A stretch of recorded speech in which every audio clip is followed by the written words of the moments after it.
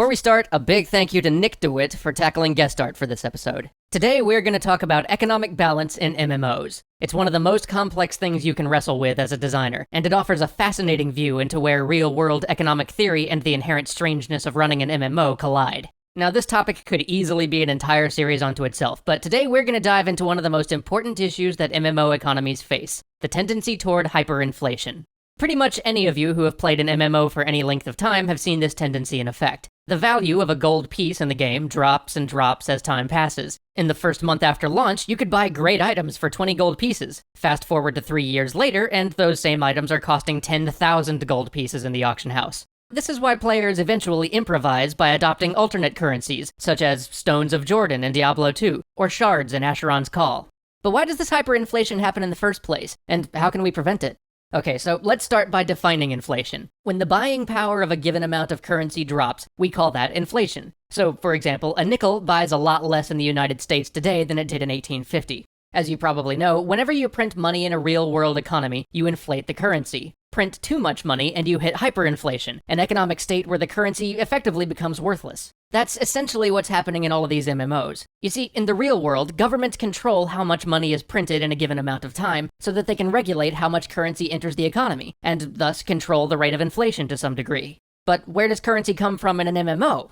Well, monsters. Every time a monster spawns, you're effectively printing money. Every time you kill a mob in an MMO, you either get money directly, or you get loot that can be exchanged for money.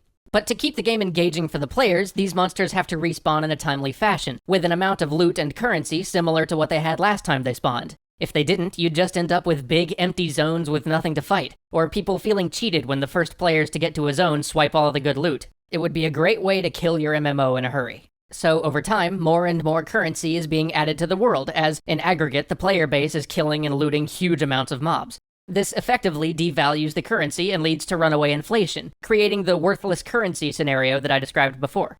So how do we combat this problem as designers? The standard answer is to find currency sinks, places where you can use game mechanics to take currency out of the world. The obvious go-to is your death mechanic. Every time you die in World of Warcraft, your equipment takes damage. Eventually, you have to repair it, which costs money, and that money goes to a vendor and not another player. So you're giving money to an NPC without getting any resellable goods in return, effectively taking the full value of that repair out of the world economy.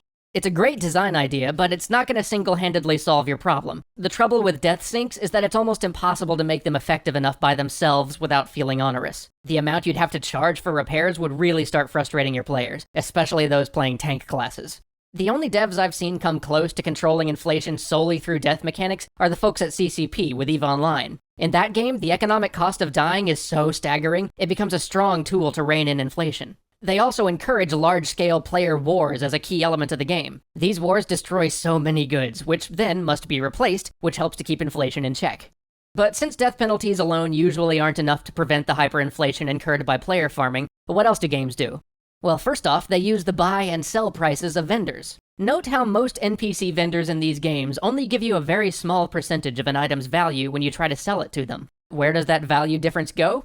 Nowhere. It falls out of the economy, effectively reducing the amount of currency in circulation. Unfortunately, this technique isn't a cure-all for the problem either, because our NPC merchants aren't all that discriminating about what they'll buy. In real life, a shopkeep would tell you, no, stop trying to sell me rusty knives, you've sold me 30 of them now, I don't want any more, get out of here. But nope, our NPCs are happy to pick up those tattered rat pelts all day long. Rags, weeds, a handful of rocks, doesn't matter if they're worthless at the auction house, that NPC will buy as many as you can bring them. This means that items which otherwise would have zero economic value now have some economic value due to our NPC vendors, which in the end often results in the sell function actually adding more currency to the economy than it removes. This is doubly true when you introduce the concept of soul-bound items. Sure, it creates scarcity for those specific items, but it also means the only place you can eventually offload them is with a vendor, which just floods more and more money into the economy. If it were a regular item, it could at least get circulated among the player base forever as players kept selling it to each other, which is a currency-neutral activity.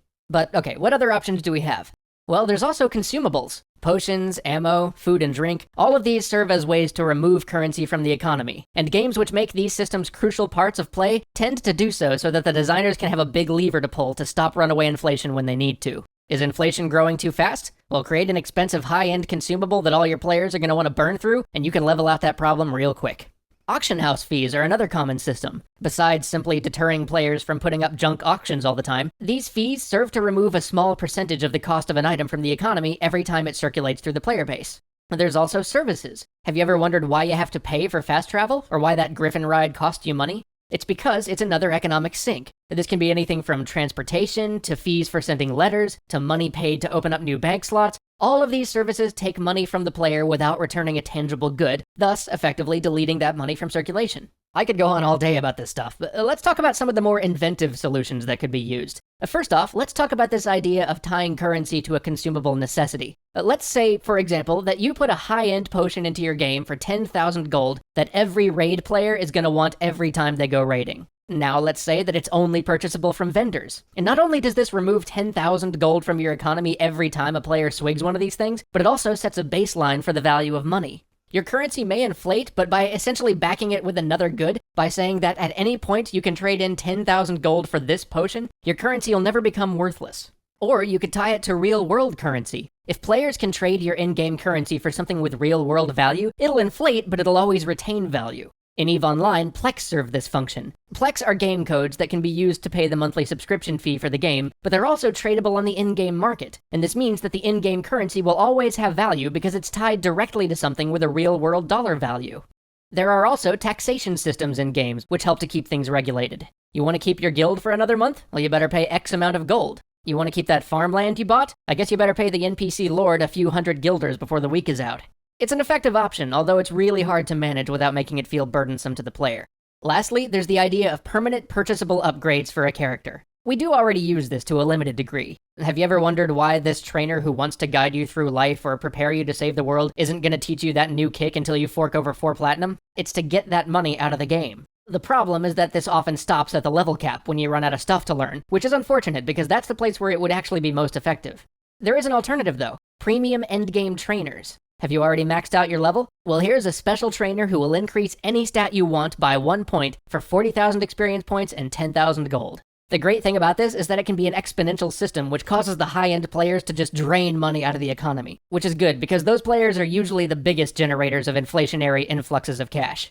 This stuff is all just the tip of the iceberg, but we are way out of time. If you guys found this interesting, let us know. We may come back to it. There is no shortage of special weirdness that comes with trying to craft an economy for an MMO. I'll see you next week.